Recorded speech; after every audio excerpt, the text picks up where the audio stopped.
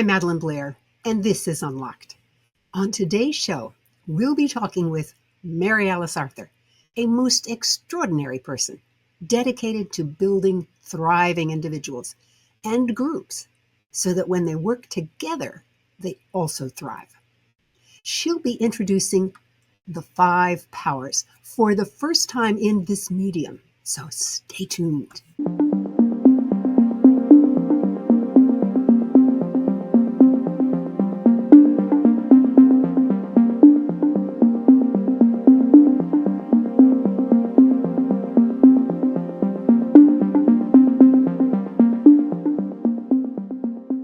Thank you for joining me today. I'm Madelyn Blair, and this is Unlocked, a show all about unlocking and activating the resilient leader in you. And if you're on YouTube, click the like button. And if you haven't done so already, subscribe. This helps me, and it helps others who are looking for similar information. About 35 years ago, I attended a conference in Taos, New Mexico. There, I was introduced to a little-known approach called appreciative inquiry. Today, many people are familiar with it, but at that time, very few people were. We met David Kuberreiter, an author of the book Appreciative Management and Leadership: The Power of Positive Thought and Action in Organizations. He says in the book why he chose to write it. Now, I'm going to tell you in advance, it's a long sentence, but I want you to hear it in his words, and then, frankly, I'll tell you what it means. He wrote, "To a far greater extent than is normally acknowledged, we human beings create our own realities through symbolic and mental processes, and that because of this conscious evolution of the future of a human option, the artful creation of positive imagery on a collective basis may well be the most prolific activity that individuals and organizations can engage in if their aim is to help bring to fruition a positive and humanly significant future." Phew. Long sentences are hard to read, let alone listen to. But in the end, he is saying that because of the way our minds work, we can imagine a future and make it happen, especially if that future is one that is positive to us. He then gave several scientific experiments that demonstrated this capability. Mind and body work together, so you do best when you think about what you wish to achieve. Here are some examples. All of you have seen that skier who stands at the top of the slope and just sort of sits there for a while. And you say, well, is he working up his nerve? No. He is imagining the run that he's going to do in his mind or her mind before they take off. They want their body to follow what their mind saw. Let's give you another simpler example. Let's say a mother may want to warn her child who does not swim, "Don't go near the pool, Charlie." She would do better served to say, "Hey, Charlie, come here. I got a cookie come and get one before they're gone." Which direction do you think that child went? I've often mentioned my own advisor of my PhD dissertation. He never told me what I had done wrong, but only what I had done right. I learned faster than I ever thought possible and achieved success in much less time than normal for a PhD. I simply did more of what was right based on what he had said was right. Amazing. The mind and the body is connected. Well, of course, you knew that, but let's pursue it more. That's a lot to take in before we even get to our guest today, but I want you to keep in mind that what we think comes out in our actions, whether we realize it or not. So you best think about things that will help you. Okay, now with that in mind, let's meet our guest. I'll bring her on screen and then tell you about my dear friend, Mary Alice Arthur. So lovely to see you. Oh, likewise, likewise. Mary Alice calls herself a story activist. She uses story and hosting to create brave and transformational spaces where people can find, craft, and live the stories that take them into a flourishing future. See, I love it, what she does in appreciative inquiry. She has worked with thousands and thousands of people on every continent. Well, maybe not Antarctica. You'll have to tell us. No. Not yet. She is the author of another amazing book, and I'm going to show you this one because it's oops, here it is. Here it is. Whoops, I got to get it in. There it is. 365 Alive. A wonderful. She's also steward of the flow game, a unique way to take a playful approach to serious questions. I've done it. Interesting. But today, she'll be talking for the first time on this medium about her unique understanding of what makes groups of people move to working together with what she calls heart and meaning. She calls it the five powers. And if any of this sounds familiar, I assure you it isn't. And it will astound you. Okay, Mary Alice, are Thank you you. ready? Ready to be astounded. Yeah. Good, good. Well, frankly, I want you to begin with a little bit about, I mean, you use story work so well, and it's really embedded in all that you do. Uh, Talk a bit about how you got there. And I know you did some early things in New Zealand, but you can talk about those if you want to or not. But let's talk about that story and how did you end up there? I was in New Zealand. I was in New Zealand for about 30 years and working for the New Zealand Tourism Board. And when I left there, the piece that came first was I actually joined some colleagues of mine who were facilitators. So at the time, I wasn't aware of any facilitation school. I wasn't really aware of this as a profession. But I encountered two people who were amazing in their communication skills and in really creating safety in groups.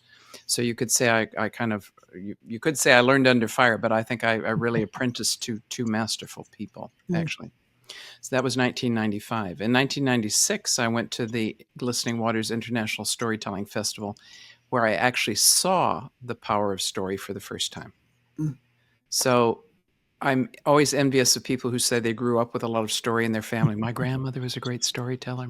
I grew up with a father who'd come back from World War II. His father had been in World War I. These were not the kind of people who told a lot of stories, actually. Yeah. So I didn't grow up experiencing that, although I read a lot. My dad was an English teacher, so I was that kid, reading under the covers. And I still read about 3 books at the same time because I'm used to it. But I saw the power of story. I saw how much people were emotionally impacted. I could see it in the room. That's the first time I was cognizant of it. So I'm 35 and I'm cognizant of story for the first time.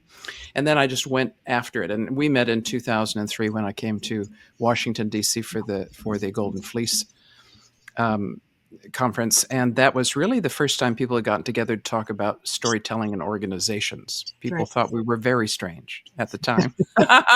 And Yeah. now, it's interesting. If you Google search storytelling, every person calls themselves a storyteller, which is true. Every human being is a storyteller. And there are a lot of people who are working on how to tell a better story. So for me, this really lies within what I would call the wave of influence. Mm. I want to learn how to tell stories because I want to influence opinion, or I want somebody to follow my brand, or I want to sell something, or I want you to believe me, whatever that is. But storytelling has some other significant powers which are as yet not so widely recognized. One is the ability to create collective sense and meaning, which is absolutely instrumental inside of organizational or group contexts if you want everybody to be feeling like they are engaged and involved and believing in the way that's going forward. And the other one is healing and holing. That has been profoundly demonstrated in places like South Africa around truth and reconciliation. They've used that in Canada, New Zealand, and Australia to some extent. But that is an untapped power of story. Mm. And if I look at our current climate, I think we're really going to need that power of story now, to help us to find each other. Yeah. So unlike the practice of some. I know I don't find fear very compelling to have people move in a direction that's helpful and generative. I actually think that the compelling positive nature of story and what we can do with it is really speaking to us right now as a practice we could all take up. And that's why it's one of the five powers. Outstanding. Well, before we jump into the five powers, speaking of story, I think it would be nice if you could just say briefly, what can a reader expect from this book? It's a wonderful book. Well, 365 Alive is really talking about how do I bring the power of story into my daily life. So it invites the reader. There are four parts to it. The first one is what is story? I mean, when we get to grips with the fact that storytelling is the human operating system, my metaphor for it is that human beings could learn a lot from trees, and trees are not individuals; they're actually a collective. No matter where they're standing, if they're near other trees or not, they are connected through the mycelium sheath, through the mushroom kingdom, and so their roots kind of connect together, and then the mushrooms help information and nutrients to pass between them. So if you'd ask me, what is the mycelium sheath? What's the mushroom kingdom for? What's the example of that within the human being? It is storytelling. Storytelling is how we share information. It's how we've survived and thrived all these years. So, you could say the reason you are here is that your people, whoever those people were good storytellers. Actually, you are the product of good storytellers. Otherwise, you wouldn't be here. Your people wouldn't have survived and they wouldn't have thrived. So no matter who you are, that is actually true. So, story, getting to know how story works is important in understanding what you're seeing out there and realizing, oh, do I decide to be in the story someone else is telling, or am I going to be in my own story? Yeah. So often if I see people who say, I don't know how I got here in life, in business in general, then I'm thinking to myself secretly, aha, the story was in the driver's seat and you were in the passenger side and you didn't realize it. Yeah. That's actually what happened. Yes. So the first few chapters of the book, like the first four, are really about setting the scene. Mhm. Then we spend a really big chunk of it on personal stories. So it is a 52-week guide. It gives you 52 chapters to look at. So you could take it week by week. You could delve into it however you want. But the second bit is really about your stories. What stories are inside of you? What are they driving you to do? What are they making you feel about yourself, your possibilities in the world, your accountability or responsibility in the world? These all come through the power of the stories that you're holding from your community, from society, from your ancestral line. All of those things are at work inside of you. So being aware of it means you have the power of choice. The third part is all about how story works. So story helps us connect. Story helps us to process emotions. Story helps us to understand. So each of those chapters takes a look at a different part of how story works. And the final bit is about your future story. Okay, so if you know storytelling is powerful, you also know that you can only go as far as your story takes you. So what story are you telling yourself to take you into the future? So Fabulous. that's kind of the outline of what the book is about. Fabulous. And I love the fact that you have presented it so that it can take you a whole year if you choose to, Hmm. in a rational way. Because what it's dealing with the points that you are just making, are rather deep. And it takes a while for you to absorb it, integrate it into your thinking and into your practice. Oh, all right. Thank you so much for giving them that background. But I want to get into the five powers that we talked about and we promised. Now, I want you to talk about what those five powers were. And I know that it's not going to be possible for us to talk about all five in detail. So let's determine that we're going to talk about maybe two of them today, and then we'll come back next week and we'll go through the remaining ones. Does that sound good? Yeah. All right. So the genesis of this, the story behind the story is, about it's been 7 or 8 years ago now. I was sitting with a facilitator friend of mine. We were sitting on his back deck looking out into a forest in Germany. And both of us at that point in time, I'm now about 30 years in almost. LinkedIn likes to remind me. But we were both about 25 years as facilitators at the time. So 50 years combined experience. And we were sitting there and we were having that conversation. What have we learned out of all of our group work about how groups work well? And what would we share with people, even if they've never heard of a facilitator? Like a lot of people have never heard this word facilitator. It is a word that comes from the French word facile, meaning to make go easy.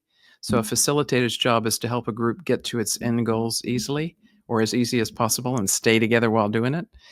Okay, so if people have never heard about a facilitator and they would never have been facilitated or would be facilitated, is there anything we've learned from all those groups over all that time that could help ordinary people to stay together, do the work they're intending to do, and do that in a generative manner? So not fall apart, but lean in together even when the going gets tough, because it always does at some point in time. And we looked at each other and we kind of were in conversation. We decided there are 5 things that we think are the important things that anybody should know.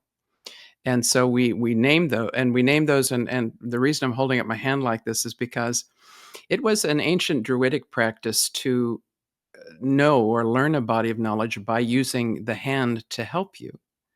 And by naming each of the fingers after a part of, or a function or a thing that you were trying to learn, and then to name each of the knuckles by a subset of whatever that thing is. When I heard this about 25 years ago or more, I thought I'm going to use that someday because everybody needs a hand, right? It's really so. Those 5 things are appreciation, story, invitation, questions, the power of questions, hosting, and then really the whole thing is held up by your personal practice. So there's plenty to say about each of those categories, but those are the 5 powers. I love the example of the hand. Just recently, I can't believe it happened.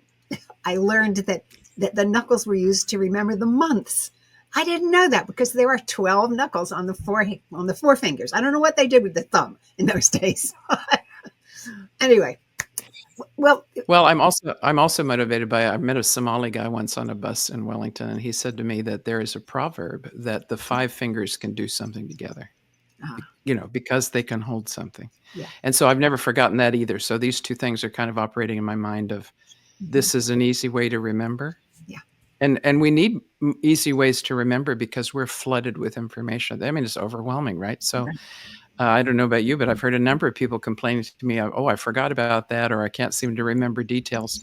That is a byproduct of having too much going on. So how do we help ourselves easily to remember things? This is a good question. Yeah, absolutely. Okay, so let's decide. Are we going to do like those first ones, appreciation and story for today? Does that sound like or should we just start and see how far we go, knowing that we have another session? Yeah. So maybe we can even get in 3 today and then talk about personal practice alongside the last 2, because that is so, if there's actually like 6 areas within this which are interesting to talk about. One other thing before we jump Hmm. in, and that is whenever you think it's possible for you and me to demonstrate something, just call on me. I'm happy to do it. Okay, that would be good. Oh yes, and I'd love to demonstrate some stuff with you. That would be phenomenal. Okay, so let's talk about the first one. This is kind of like, and this is an easy way to remember. Thumbs up. This is about appreciation. Okay. So you talked a bit about appreciative inquiry as you opened here, and that is one practice field around this particular focus. But what I'm wanting to point to with the whole concept of appreciation is that when appreciation is in the field, so I'm talking about field from the point of view of the moment we start to working together, we're creating a field of energy between us. And if I want anything to happen in the world, we've learned over time through the whole concept of engineering and physics and things, it takes a field to create a field. If you actually want to create a movement, it's very difficult to do that by yourself. You want anything big to happen? You want to move house? You actually need some help. And there's people who have reminded us about this. The Nuu-chah-nulth tribe in Victoria, in British Columbia, in Victoria Island, were whalers traditionally, and they have an old saying around this. They say, "It is kind to ask for help." And then it goes further. The one who cannot ask for help cannot be trusted. Right? Because they say, if you go out there, you're like, I'm full of testosterone and I'm going to go get the whale. There's no way you can do that by yourself. You're endangering yourself. Therefore, you're endangering your family and your community. So that little saying, they say, has kept them together for 20,000 years. It is kind to ask for help. The one who cannot ask for help cannot be trusted. So what I've learned working with groups, what Holger Schultz was the colleague who I brainstormed this with, what we had both learned was when there's appreciation in the field, there is generosity. There's generosity of sharing stuff. There's generosity in resource. There's generosity in energy. More can happen when appreciation is in the field. And, it makes sense. When I feel appreciated, then I want to give more to something.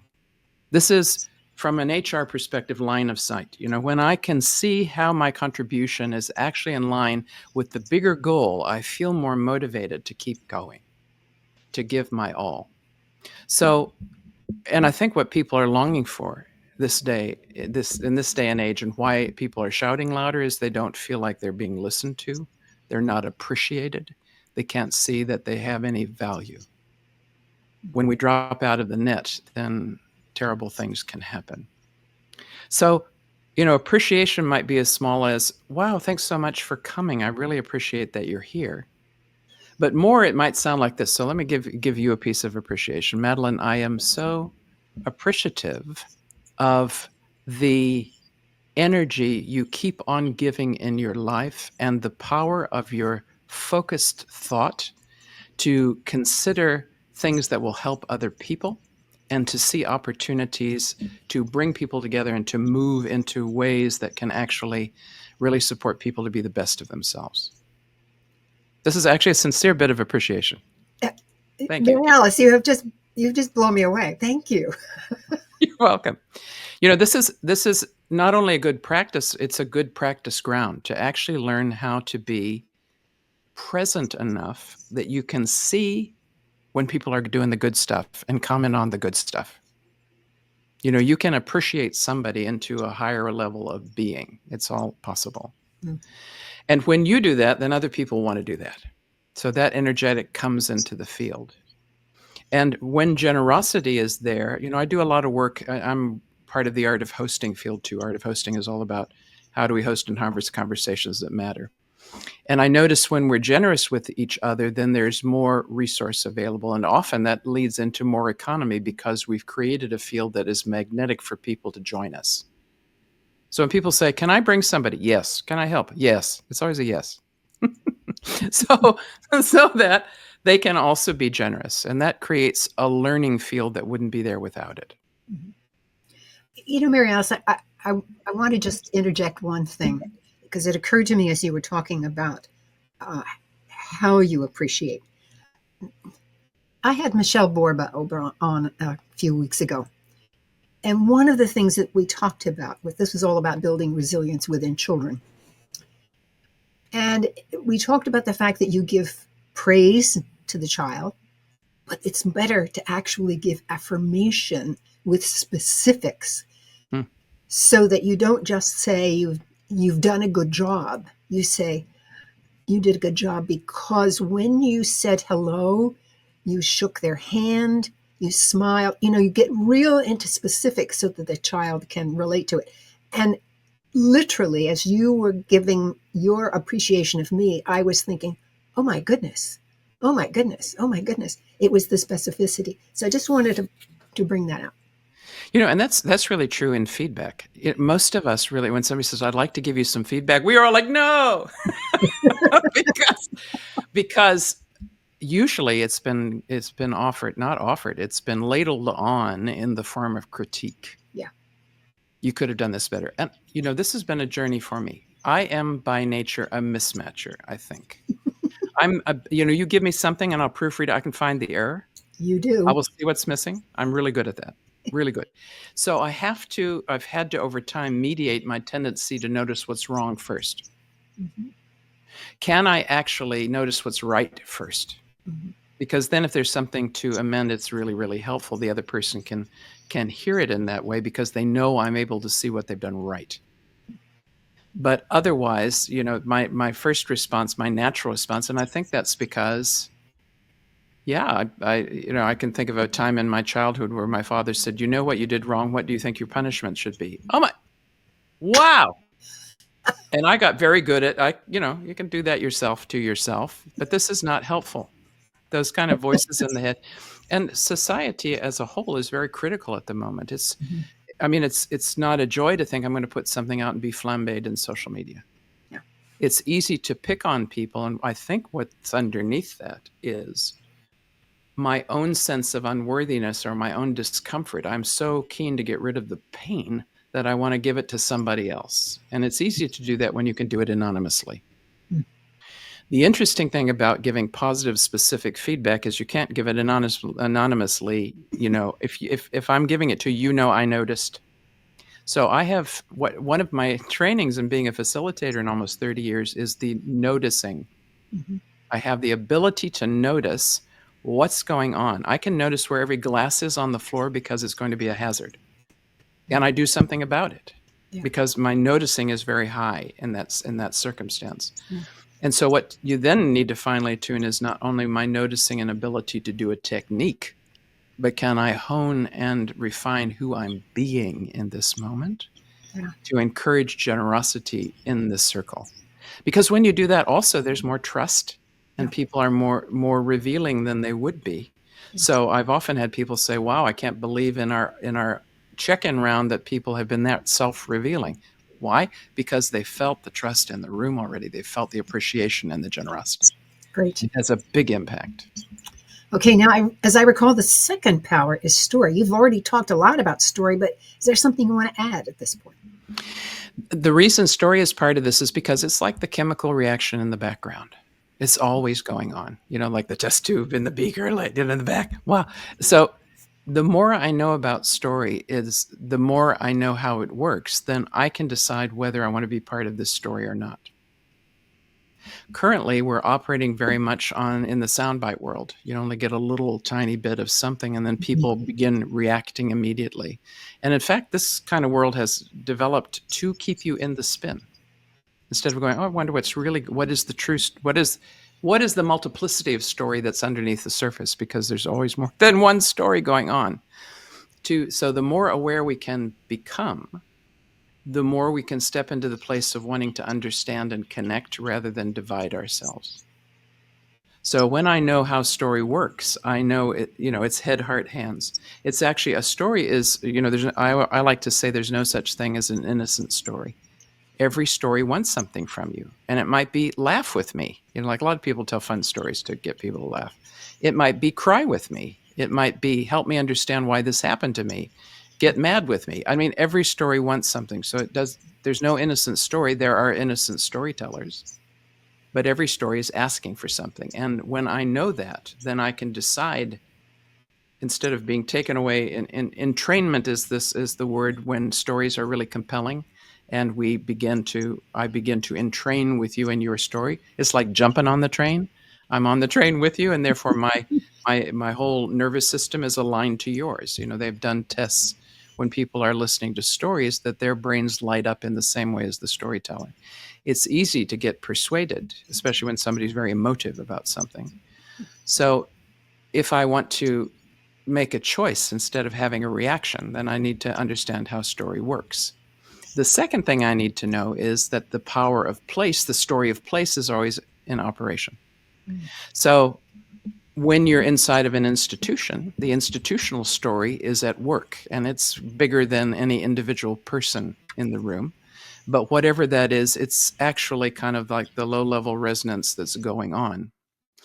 So if there has been some kind of trauma inside the organization, if there's been some kind of a disagreement between people, then it's an interesting thing how do you work with that? So I've heard interesting stories of places that have had severe trauma, places like Serbia, where there were massive public violence with each other.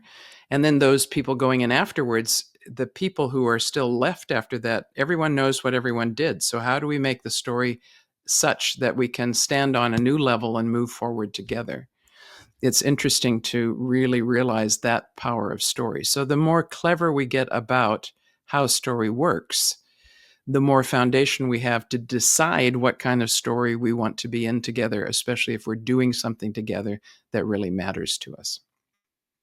Hmm. I always love how you expand on the power of story.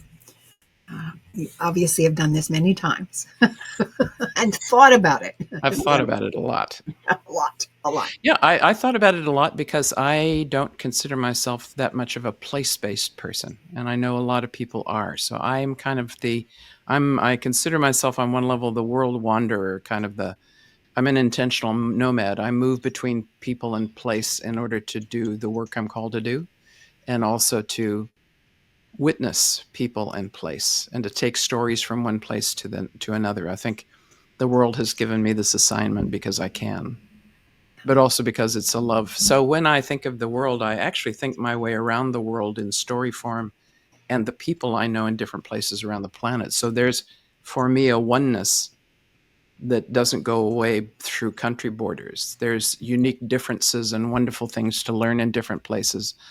Um, I've just come back from Japan, so I know that yabai means wicked in Japanese.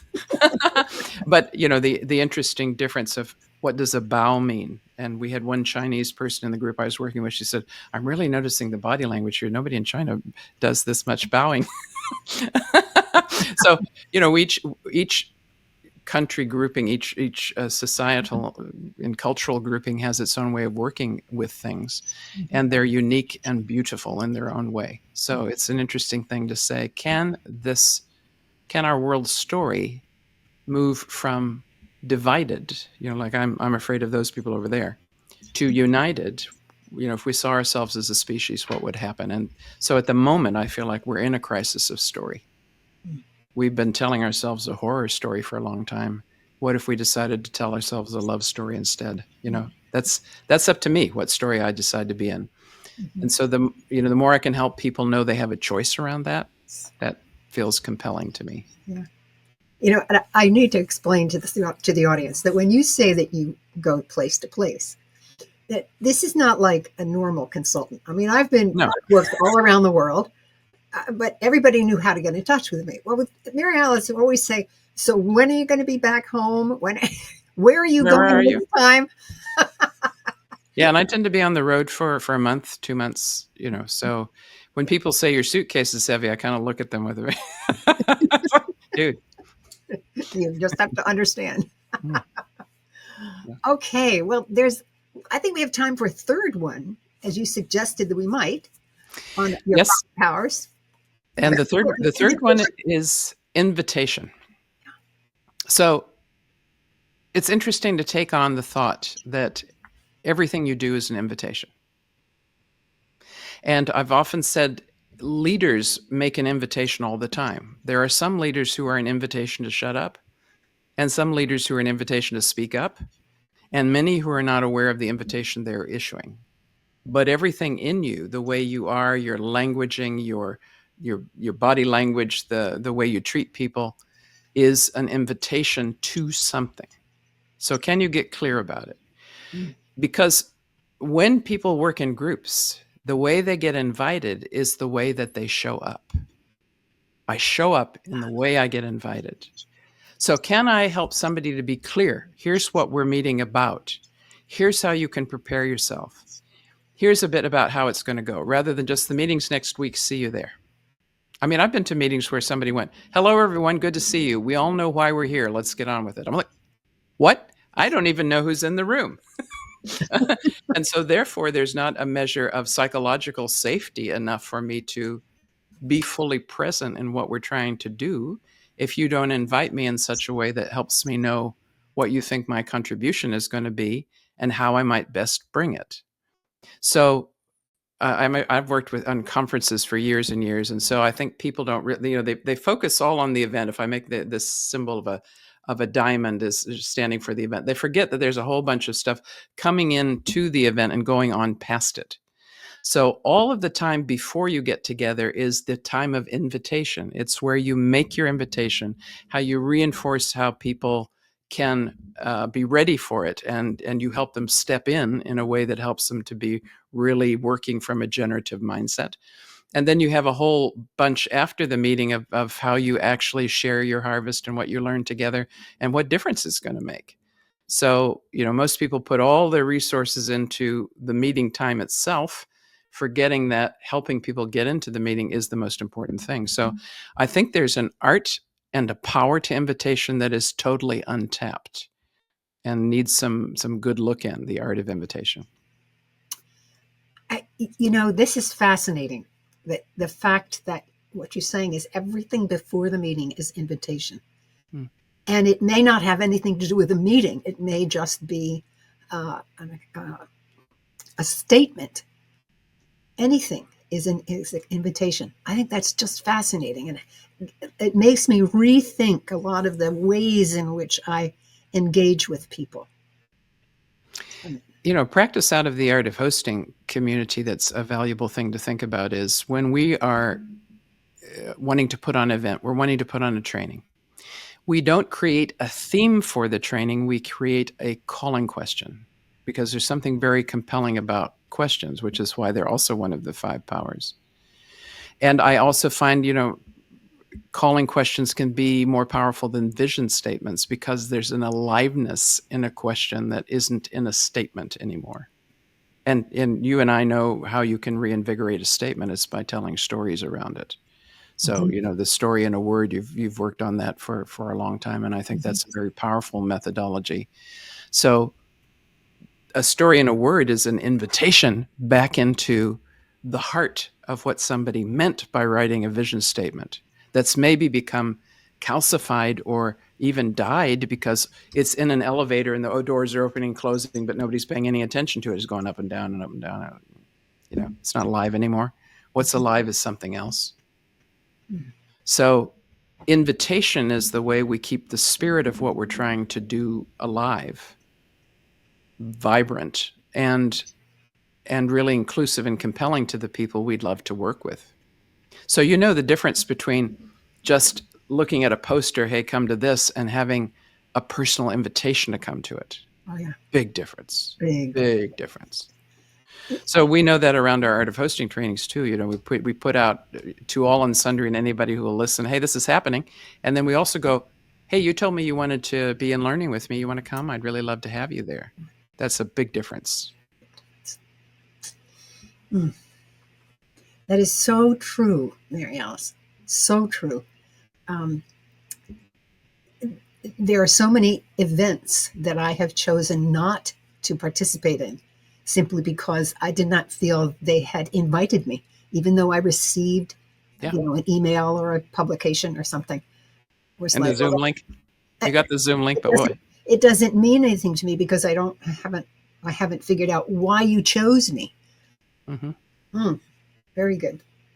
Well, there's something, we're waiting for something personal to pop up. And either that's got to come from inside you. Oh, I feel somehow drawn by this topic or the focus of this, or it needs to come through somebody, and that's all about relationships. So invitation has to do with relationship building. And relationship, most people, when they're trying to get something done, they focus on the task. And our society has carefully schooled us to be problem solvers. But actually that focus doesn't always help because we try to solve the problem. In other words, we try to get rid of the pain. And sometimes we're trying to solve something that isn't really the issue. Actually, it's underneath that. There's something deeper in it. So any facilitator worth their salt would know there's relationship and there's task. These are 2 ends of the continuum. And you actually have to dance between them. Have we paid attention to being clear about the task? Have we connected enough in relationship that we can stay together when there's turbulence? How much clearer are we in the task? Who's doing what? How do we look after each other and tend our field together so that we can keep moving even if we feel like we're approaching stuckness or we don't know the answer or we've fallen into the fog? Because if you want to create something new, you always will fall into the fog at some point in time. Because I think about it like those old maps, here'll be dragons with the map ends and there's the end of the world. They're pointing to the end of the world.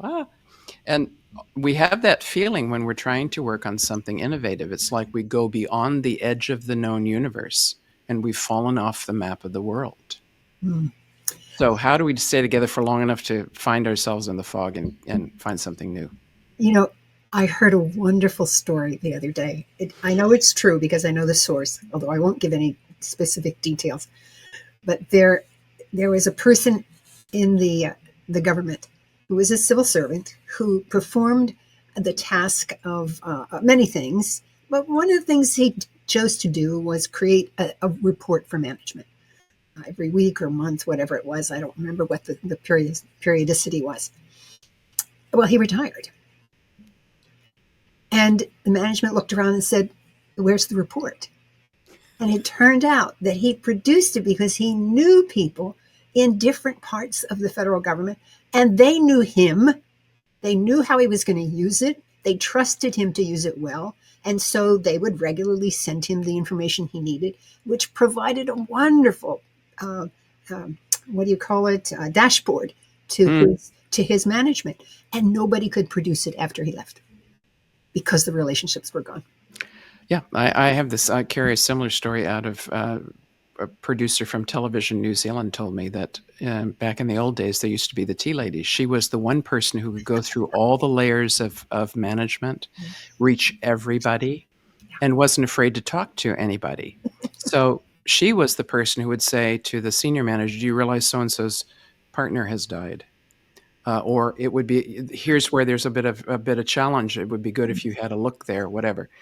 In a cost-saving measure, they decided to get rid of the tea lady, and it massively impacted the relational field inside of the organization. Amazing. These kind of, it's like a Visa commercial, or what is it? One of the credit card commercials. This experience priceless. Right.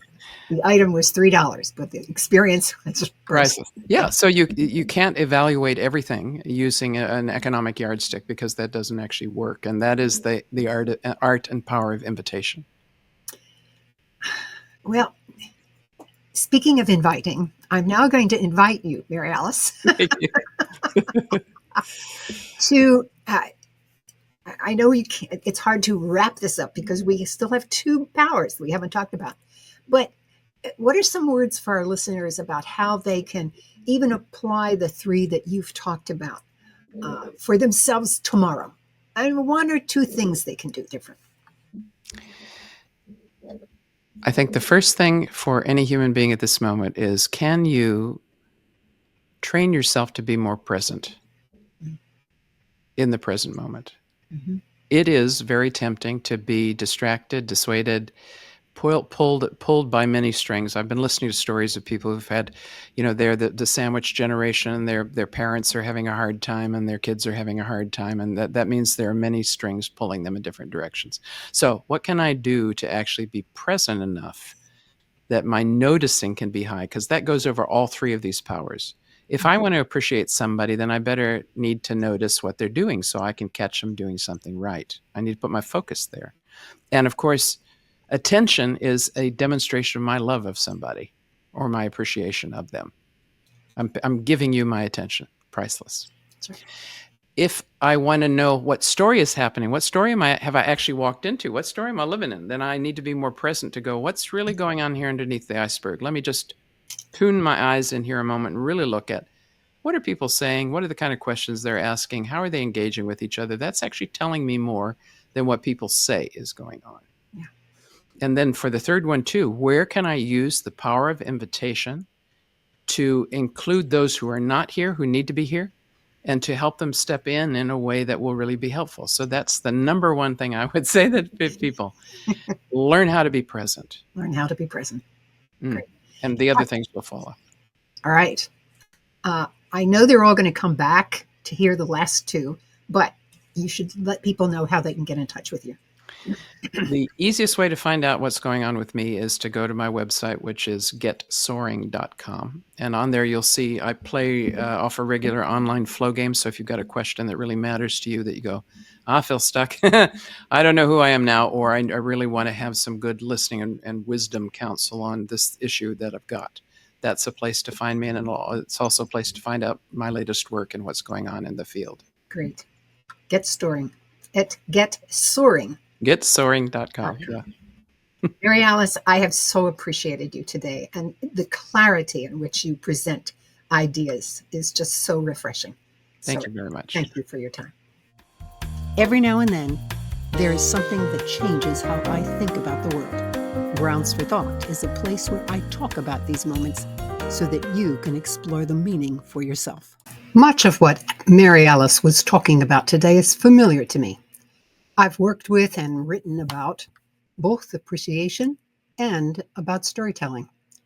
I wrote and contributed a chapter in the first book on applied appreciative inquiry called Lessons from the Field, published in 1998. It was about using appreciation with a company to guide their strategic planning process. Mary Alice mentioned the conference on storytelling in business that she attended in 2003. The conference was put on by a group called Golden Fleece, and I was a founding member of that group and was the conference chair for that conference for the 10 years it was run. She also talked about stories inside words. This is a methodology for helping groups unlock the fuller meaning of words inside their mission statement, slogans, or preambles, and they do it for themselves through their stories. The process is written in many books, including The Circle of Nine Muses by David Hutchins. But what Mary Alice said about invitation was completely new to me. I mean, I always knew that it was important to write or give a good invitation, but the subtle difference between a great marketing email and one that tells me why the invitation is meant for me is huge. A great marketing email begins with the person's pain and then on to how the meeting or the workshop or the conference or products is designed to address that pain and do so successfully, of course, based on the final examples of success included in the invitation. They can be compelling and sometimes not. For me, it is mostly not, because I don't see that they have considered me in the invitation. When I receive an invitation that calls upon my relationship with the sender, I am always more open to listening to the pitch and responding to it with an open mind. Let me give you an example. I get emails almost every week from someone who wants to help me with SEO for my website. They say that SEO is very important to being recognized. They say they have seen my website and it doesn't do this well. Then they cite statistics about the impact of good SEO. But nowhere in that email do they say something like, when you talk about your show Unlocked, you use words that should include such language as, and then they give you some words, which would bring in 3 times the traffic you are now getting. If I got an email like this, I would reread my section on the show and see if that language makes sense to incorporate. If it fits well, then I know they have looked carefully and well enough to make a stab at what it is trying to convey. I am the first person to recognize that my language is not as strong as it should be most times. So a simple example would tell me that they had really spent time looking at my description and maybe even watched one of my shows. They are trying to tell me they have seen what I do. This would make a real difference. And when vendors do this sort of thing, I call them back to see if there might be a real fit. Let me give you another example. I recently was invited to a free meeting. Well, we all know that that's a marketing thing, and that's okay. It's okay. But what I found amazing was when I signed on, because I was interested in the topic, I also knew the people who were running it. The first thing they did was acknowledge who was in the room. I mean, they even remembered me from previous things. So it made a big difference as I listened to their pitch. These people know me. They know me well enough to call me by name, even. I'm going to listen carefully. Okay. In addition, when I do find a vendor who sees me and my work, I work with them. And yes, I responded to that free workshop by signing on to what they were trying to pitch. Right now, for example, I have 2 vendors who have been with me from the inception of Unlocked on E360 TV. I don't jump out of relationships where each party sees the other. So thank you, Mary Alice, for calling this out in such clear language. This new understanding about invitation gives me a bit of a heartache. You see, there are thousands of people who watch this show on E360, my YouTube channel, or Spotify. I don't know who you are. I don't know your names or your email addresses or what you are really concerned about. All I know is your age and how you sign on. I mean, I like to know those things, but it's not enough. It doesn't replace that direct knowledge and direct interaction that I would prefer to give you. That said, I want to invite each one of you to let me know what you would like to see on Unlocked. I can't address you individually. All I can say is that those people who know me and how I relate to them will tell you that I respond. In this case, I will tell you what I am hearing and link that to future guests. To make this easier for both of us, please visit my website, madelynblair.com, and go to the Unlocked TV page. On it, right at the top, you will see a form that asks, do you have a specific topic of interest you would like Madelyn to explore on Unlocked? Please tell me. I will read them all. And you must know by now that I have a vast network that I draw on for this show, and likely will be able to find someone to come and talk about your question in detail. You can also choose to just send me an email, but I think the form is simply easier for you and surer for me. I'm trusting that some of you will send me the concerns you want me to bring to the show. And thank you for listening and responding in advance. Also, thank you for joining me today. I hope you've enjoyed the conversation and learned something new. You can see that I did. Now, here's my invitation again. I often ask you for ideas, questions you would like to have answered, or topics you'd like to hear about on the show. I publish a weekly update that gives you the details of upcoming shows and the week's Mental Espresso. It also provides a link to send comments and what you would like me to cover in future. So if you aren't already on my mailing list, please stop by on my website and register for it on the contact page. I want to hear what's on your mind so this show can better serve your needs. And if you have a question that you would like to explore with me personally, go to my website, madelynblair.com. Schedule a free consultation. And if you're on YouTube, click the like button and subscribe. This helps me and it helps others who are looking for similar information. I'm Madelyn Blair, wishing you infinite possibilities as you unlock your resilient leader.